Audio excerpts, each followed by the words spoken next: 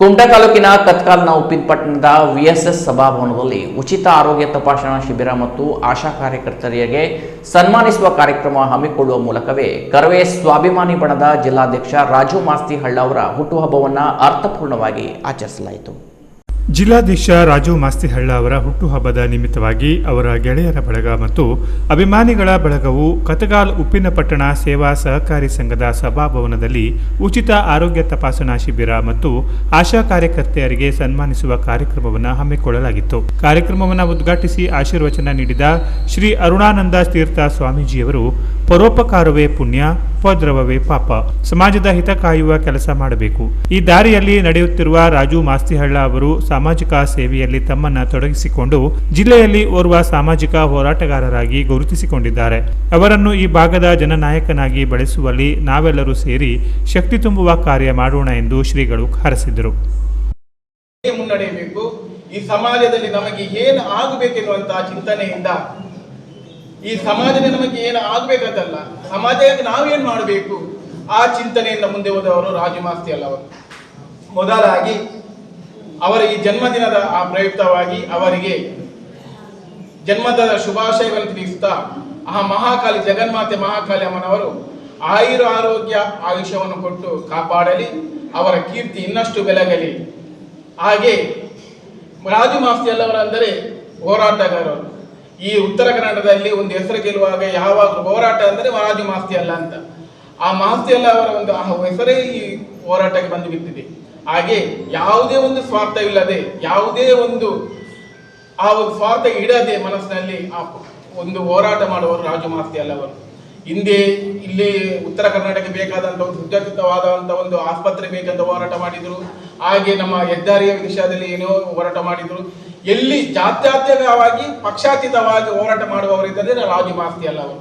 ಹಾಗೆ ಮುಂದೆ ಕೂಡ ಅವರಿಗೆ ನಾವು ಶಕ್ತಿ ತುಂಬಬೇಕಿದ್ರೆ, ಈಗ ಯಾವುದೋ ಪಕ್ಷದಲ್ಲಿ ಇಲ್ಲ, ಅವರು ಪಕ್ಷಾತೀತವಾಗಿ ಹೋರಾಟ ಮಾಡ್ತಾರೆ. ಮುಂದೆ ಅವರ ಶಕ್ತಿ ತುಂಬಬೇಕಾದ್ರೆ ಒಂದು ನಾಯಕನಾಗಿ ಅವರು ಬೆಳೆಯಬೇಕು. ಆ ನಾಯಕನಾಗಿ ಬೆಳೆಯಬೇಕಿದ್ರೆ ರಾಜು ಮಾಸ್ತಿ ಅವರೆಲ್ಲ ಎಲ್ಲರೂ ಇರುವಾಗೆ ಒಂದು ಅಭಿಮಾನ ಬಲಗ ಉಂಟು. ಒಬ್ಬರೇ ಎಲ್ಲ ಹೋರಾಟ ಮಾಡಲಿಕ್ಕೆ ಸಾಧ್ಯವಿಲ್ಲ. ಆ ಅಭಿಮಾನ ಬಲಗದಿಂದ, ಆ ಶಕ್ತಿಯಿಂದ ಅವರು ಹೋರಾಟ ಮಾಡುತ್ತಿದ್ದಾರೆ.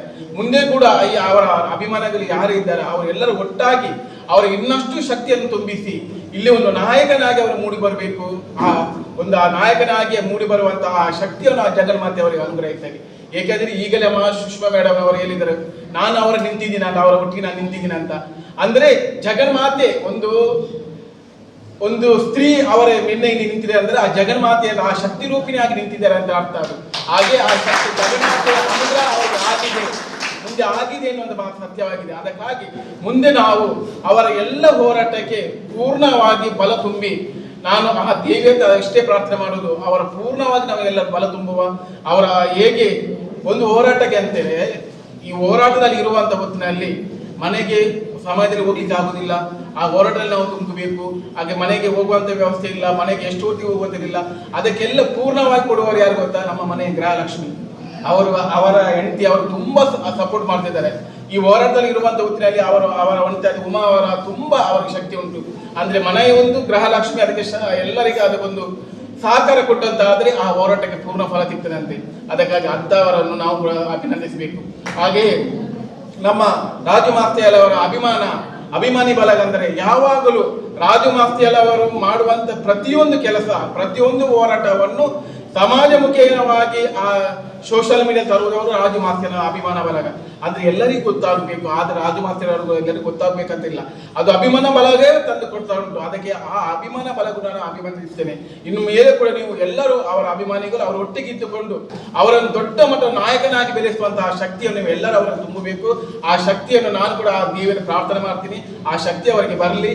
ಹಾಗೆಯೇ ಮುಂದೆ ಇಲ್ಲಿ ಈ ಭಾಗದಲ್ಲಿ ಜನಸೇವೆಯನ್ನು ಮಾಡಬೇಕು. ಆ ಜನಸೇವೆಯಿಂದ ನಾನು ತೃಪ್ತರಾಗಬೇಕು ಎನ್ನುವಂತಹ ಮಾತಿನ ಬಂದವರು ನಮ್ಮ ಸುಷ್ಮಾ ಮೇಡಮ್ ಅವರು. ಅವರಿಗೂ ಮುಂದೆ ಈ ಸುಷ್ಮಾರವರಿಗೆ ಮುಂದೆ ಈ ಜಾಗದಲ್ಲಿ ಒಳ್ಳೆಯ ನಾಯಕತ್ವವನ್ನು ಬೆಳೆಸಿಕೊಂಡು ಬಂದು ಈ ಜಾಗದಲ್ಲಿ ಜಾಗದಲ್ಲೇ ಅವರು ವಿಧಾನಸಭೆ ಪ್ರವೇಶ ಮಾಡುವಂತಾಗಲಿ. ಹಾಗೆ ಮುಂದೆ ಅವರಿಗೆ ಈ ಸಾಲ ನಾವೆಲ್ಲರೂ ಅವರ ಶಕ್ತಿ ಹಾಗೆ ಕೆಪಿಸಿಸಿ ಪ್ರಧಾನ ಕಾರ್ಯದರ್ಶಿ ಮತ್ತು ಮುಖಂಡರಾದ ಸುಷ್ಮಾ ರಾಜಗೋಪಾಲ ರೆಡ್ಡಿ ಮಾತನಾಡಿ, ಒಳ್ಳೆಯ ಕೆಲಸ ಮಾಡುವವರಿಗೆ ಯಾವತ್ತೂ ನಮ್ಮ ಕೈಲಾದ ಸಹಕಾರ ನೀಡಬೇಕು. ಒಳ್ಳೆಯದನ್ನ ಮಾಡಲು ಸಾಧ್ಯವಾಗದಿದ್ದರೆ ಬೇರೆಯವರಿಗೆ ಎಂದಿಗೂ ಕೆಡುಕು ಮಾಡಬಾರದು. ತನ್ನ ಆತ್ಮೀಯರಿಗೆ ಯಾರಾದರೂ ತೊಂದರೆ ಕೊಡಲು ಪ್ರಯತ್ನಿಸಿದರೆ ನಾನು ಸುಮ್ಮನಿರಲ್ಲ ಎಂಬ ಎಚ್ಚರಿಕೆಯ ಸಂದೇಶವನ್ನು ಕೂಡ ಅವರು ರವಾನಿಸಿದರು.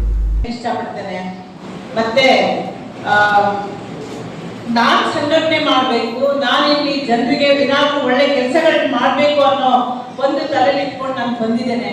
ಮುಂದೆ ಅದೆಲ್ಲ ದೇವರಿಚ್ಛೆ, ಅದು ಇನ್ನೂ 2 ವರ್ಷ ಇದೆ, ಅದೆಲ್ಲ ದೇವರಿಚ್ಛೆ. ಅದ್ರ ಮಧ್ಯದಲ್ಲಿ ನನ್ನ ಜೊತೆಗಿರೋರಿಗೆ, ಯಾರು ನನ್ನ ಜೊತೆ ಕೆಲಸ ಮಾಡಲಿಕ್ಕೆ ಇಷ್ಟಪಡ್ತಾರೆ, ನನ್ನನ್ನು ನಂಬಿ ಯಾರು ಬರ್ತಾರೆ, ಅವ್ರಿಗೆ ಯಾರಾದ್ರೂ ತೊಂದರೆ ಕೊಟ್ಟರೆ, ನನಗೂ ಗೊತ್ತಿದೆ, ನಾನು 20 ವರ್ಷ ರಾಜಕೀಯ ಮಾಡ್ಕೊಂಡು ಬಂದವಳು, ಇವಾಗ ನಮ್ಮ ಸರ್ಕಾರ ಇದೆ, ನಾನು ಏನ್ ಮಾಡ್ಬೇಕು ಅನ್ನೋದು ನನಗೆ ಗೊತ್ತಿದೆ, ನಾನು ಅದನ್ನ ಮಾಡಿ ತೋರಿಸ್ತೀನಿ ಅಂತ ಹೇಳ್ತೀನಿ. ಆದಷ್ಟು ಈ ಹೊನ್ನಾವರ ತಾಲೂಕಿಗೆ ನಾನು ಆದಷ್ಟು ಒಳ್ಳೆ ಕೆಲಸಗಳನ್ನ, ದೇವರು ಶಕ್ತಿ ಕೊಟ್ಟಿದ್ದಾನೆ, ಒಳ್ಳೆ ಕೆಲಸಗಳನ್ನ ಮಾಡೋ ಧೈರ್ಯ ಇದೆ.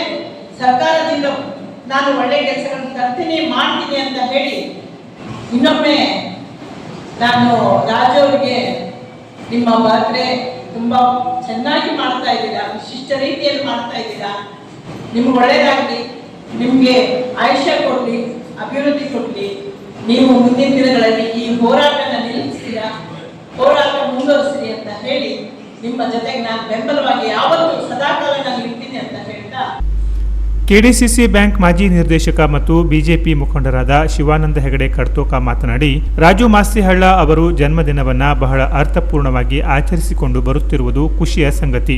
ಕಳೆದ ವರ್ಷ 100 ಗಿಡ ನೆಡುವ ಮೂಲಕ ಪರಿಸರ ಪರ ಕಾಳಜಿ ಮೆರೆದಿದ್ದರು. ಶಾಲಾ ಮಕ್ಕಳಿಗೆ ಕಲಿಕಾ ಸಾಮಗ್ರಿಗಳನ್ನ ವಿತರಿಸಿದರು. ಈ ವರ್ಷ ಆರೋಗ್ಯ ಶಿಬಿರ ಆಯೋಜಿಸಿದ್ದಾರೆ. ಆಶಾ ಕಾರ್ಯಕರ್ತರನ್ನು ಸನ್ಮಾನಿಸುವ ಮಹತ್ತರ ಕಾರ್ಯ ಮಾಡಿರುವುದು ಶ್ಲಾಘನೀಯ. ಅಲ್ಲದೆ ರಾಜು ಅವರು ಜನಸೇವೆಯ ಜೊತೆಗೆ ಎಲ್ಲರನ್ನೂ ನಗುಮೊಗದಿಂದ ಪ್ರೀತಿಸುವ ಭಾವ ನಮ್ಮೆಲ್ಲರಿಗೂ ಇಷ್ಟವಾಗುತ್ತದೆ ಎಂದು ಶುಭ ಹಾರೈಸಿದರು. ಬಹಳ ಸಂತೋಷದ ದಿನ. ಯಾಕೆಂದ್ರೆ ತನ್ನ ಒಂದು ಜನ್ಮದಿನವನ್ನು ಬಹಳ ಅರ್ಥಪೂರ್ಣವಾಗಿ ಶ್ರೀಯುತ ರಾಜು ಮಾಸ್ತಿಹಳ್ಳ ಅವರು ಆಚರಿಸಿಕೊಂಡು ಬರ್ತಾ ಇದ್ದಾರೆ. ಇವತ್ತು ಕೂಡ ಬಹಳ ಅರ್ಥಪೂರ್ಣವಾಗಿ ಆಚರಿಸ್ತಾ ಇದ್ದಾರೆ. ಮೊದಲನೇದಾಗಿ ರಾಜು ಮಾಸ್ತಿಹಳ್ಳ ಅವರಿಗೆ ಹೃತ್ಪೂರ್ವಕವಾದಂತಹ ಜನ್ಮದಿನದ ಶುಭಾಶಯಗಳನ್ನು ತಿಳಿಸುತ್ತೇನೆ.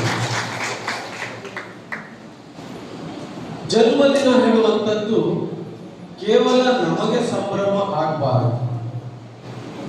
ಜನ್ಮದಿನ ಹೇಳುವಂಥದ್ರಿಂದ ಈ ಜನ್ಮದಿನ ಅಂದ್ರೆ ಏನು, ನಾವು ಹುಟ್ಟಿದಂತಹ ದಿನವನ್ನು ಪ್ರತಿಯೊಬ್ಬರು ಕೂಡ, ನಮ್ಮ ಪಕ್ಕದವರು, ನಮ್ಮ ಜನ ಸಂತಸ ಪಡಬೇಕು.